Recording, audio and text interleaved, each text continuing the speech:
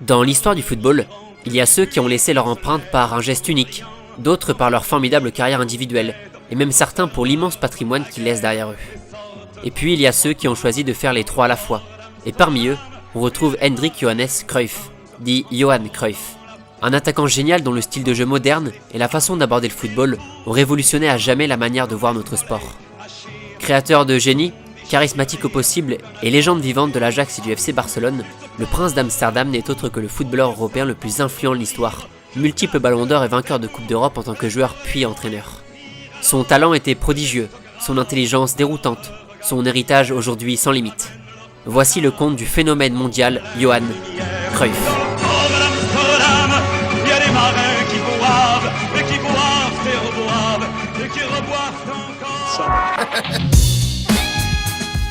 Le petit enfant que vous voyez jouer avec le ballon ici s'appelle Johan. Il habite à quelques centaines de mètres du stade de l'Ajax et intègre les équipes juniors du club dès son plus jeune âge. À même pas 17 ans, il débute avec l'équipe première contre Groningen et inscrit son premier but, déjà très à l'aise avec le cuir qu'il commence à taper régulièrement. La saison suivante, le petit génie s'impose et collectionne les buts, en plantant à 25 reprises sur les 23 journées de championnat qu'il dispute.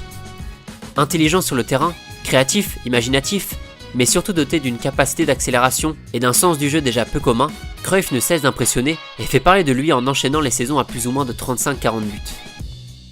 En 1966, il bluffe tout le monde en inscrivant un but et en délivrant 2 passes décisives lors d'un match de Coupe d'Europe contre Liverpool.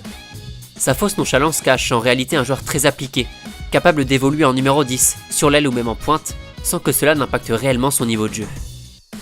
3 ans plus tard, l'Ajax d'Amsterdam épate l'Europe et atteint la finale de la Coupe d'Europe des clubs champions, prenant un style de jeu très offensif et spectaculaire, impliquant chacun des joueurs de l'équipe, en commençant par le gardien jusqu'aux attaquants.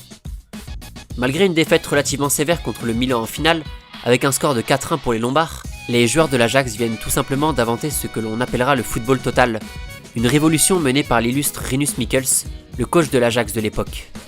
Les principes sont simples, pression très haute et tout-terrain, poste totalement interchangeable, vitesse de contre et maîtrise de la balle par la possession, Cruyff ne cessait de le répéter. Si tu as la balle, l'équipe adverse ne peut pas marquer. Un schéma de jeu compliqué que le joueur prenait un malin plaisir à expliquer dans ses années d'entraîneur. Mais ça bon, on le verra un peu plus tard. Cette stratégie nouvelle va porter l'Ajax sur le toit de l'Europe au début des années 70, menée d'une main de maître par un Johan Cruyff qui domine le football mondial et vient au passage de récupérer son fameux numéro 14. En 71, le club remporte sa première Coupe d'Europe des clubs champions au détriment du Panathinaikos. Une première pour l'Ajax et la consécration pour une équipe qui n'en finit plus d'épater. Oui, parce que l'année suivante, malgré le départ de Michels, on reprend les mêmes et on recommence, avec un doublé de Cruyff en finale contre le Milan, et une deuxième Coupe d'Europe consécutive ramenée du côté des Pays-Bas. Si l'aboutissement est bien collectif, les récompenses individuelles de Cruyff commencent à pleuvoir, lui qui vient de remporter 6 mois plus tôt son premier ballon d'or, et s'en va tout droit remporter le prochain. De nouveau inarrêtable sur la scène européenne, Amsterdam va pour la 3e fois consécutive glaner la plus prestigieuse des compétitions du vieux continent, en venant à bout de la Juventus en finale. Bien trop fort, leader incontestable de son équipe qui domine son championnat et l'Europe entière, le Hollandais volant s'envole pour la Catalogne, où il y rejoint notamment son ancien coach. Il prévient cependant tout le monde dès son arrivée. Je ne promets pas de titre, mais du spectacle. J'ai l'intention de marquer une époque exceptionnelle dans ce club. Une façon bien à lui d'annoncer la couleur et de redonner vie à une équipe qui ne fait pas rêver grand monde à l'époque.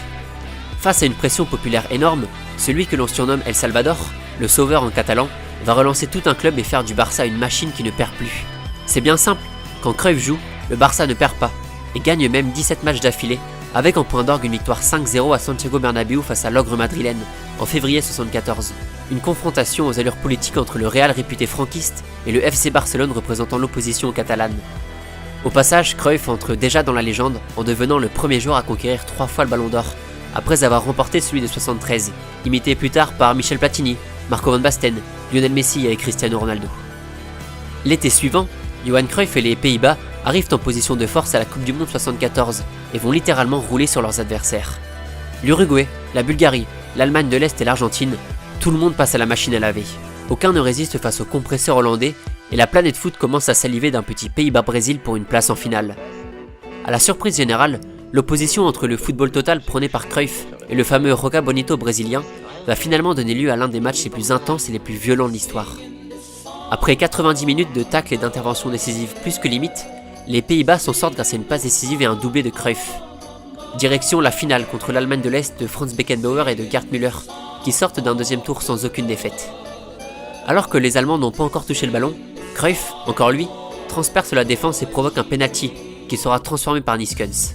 L'Allemagne reviendra finalement au score, une nouvelle fois sur penalty, et prendra l'avantage après un but de Müller en seconde mi-temps.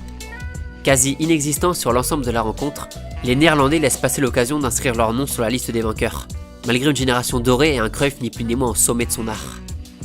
De retour au Barça, les Blaugrana peinent à capitaliser sur leur joyau et ne gagnent rien jusqu'à la Coupe du Roi en 78, qui marquera d'ailleurs la fin de Cruyff en Catalogne en tant que joueur. Un palmarès bien maigre qui cache un joueur idolâtré par les socios, pour son amour du maillot bleu et rouge et toute la passion qu'il dégageait pour la Catalogne. Son fils, Jordi, porte un nom purement catalan interdit à l'époque par l'État franquiste, un geste fort qui lui a valu une reconnaissance éternelle des Barcelonais et un culte Johan Cruyff qui n'en est en fait qu'à ses débuts. Alors que la Coupe du Monde 78 en Argentine est dans quelques mois, Cruyff annonce qu'il n'y participera pas, malgré l'intervention en personne de la reine des Pays-Bas, un choix que beaucoup voyaient à l'époque comme une forme de résistance face à la dictature de Jorge Fidela, à la tête de l'État argentin. Sauf que 30 ans plus tard, en 2008, il se livre et justifie son absence par une tentative d'enlèvement juste avant la compétition, qui l'aurait profondément bouleversé. Après cet épisode et à un peu plus de 30 ans, il part aux États-Unis pour échapper au fisc espagnol et rejoint Los Angeles avec lequel il est très vite élu meilleur joueur du championnat 79. Il revient alors en Europe du côté de Levante, puis remet les pieds à Amsterdam, où il évolue à un niveau encore plus que correct. Il marque dès son retour à l'Ajax et s'en va remporter le championnat, mais le club décide contre toute attente de ne pas le prolonger, ce qui poussera Cruyff à rejoindre le Feyenoord Rotterdam, avec lequel il brillera pour son ultime saison et marquera pour son dernier match, un clin d'œil subtil à l'histoire, lui qui avait inscrit un but dès ses débuts avec l'Ajax. Ses réflexions sur le football et son intelligence hors du commun le poussent à poursuivre sa carrière sur le banc, en se lançant dès 1985 avec Amsterdam. Si son passage n'est que provisoire, son retour à Barcelone en 88 est attendu avec impatience par les fanatiques Blaugrana, avec qui il restait ce petit goût d'inachevé lorsqu'il était joueur. Arrivé là-bas, il remet en place son jeu basé sur la vitesse d'exécution, le mouvement du ballon et l'engagement total de ses joueurs, faisant du gardien le premier attaquant et l'attaquant le premier défenseur. Son impact sur la façon de voir le football et d'appréhender le spectacle détonne, et fait de Barcelone une machine en Espagne et un concurrent plus que sérieux en Coupe d'Europe. Stoichkov, Guardiola, Laudrup et Koeman forment la Dream Team qui va remporter la Ligue des Champions 92, mais échouera en finale de l'édition 94. Lors d'une interview, Pep Guardiola trouvera d'ailleurs les mots justes en plaçant tout simplement Cruyff au centre de ce que représente Barcelone dans le monde aujourd'hui, de son centre de formation La Masia au plus grand joueur du club. Johan es la persona más influyente en el fútbol europeo de los últimos 40-50 años. No hay ningún personaje que haya dado tanto al fútbol como jugador y entrenador a la vez. Ha instaurado una forma de jugar en dos impresionantes clubes como el Ajax de Amsterdam y el Fútbol Club Barcelona. ¿Podemos entender que el Barcelona jugara como juega ahora sin Cruyff? Imposible. Johan cambió la mentalidad del Fútbol Club Barcelona. El Barcelona actual, que en los últimos 10-15 años ha dominado Europa y ha dominado el mundo, no se podría entender sin su llegada. Il quittera la Catalogne en 96 et occupera des postes honorifiques à l'Ajax, à Barcelone, et avec la fédération néerlandaise avec laquelle il soutiendra le projet néerlandais et belge pour la Coupe du Monde 2018. En marge de cela, il lance dès 1997 la Fondation Cruyff, une association permettant chaque jour à des enfants handicapés de pratiquer un sport grâce à la formation d'entraîneurs spécialisés.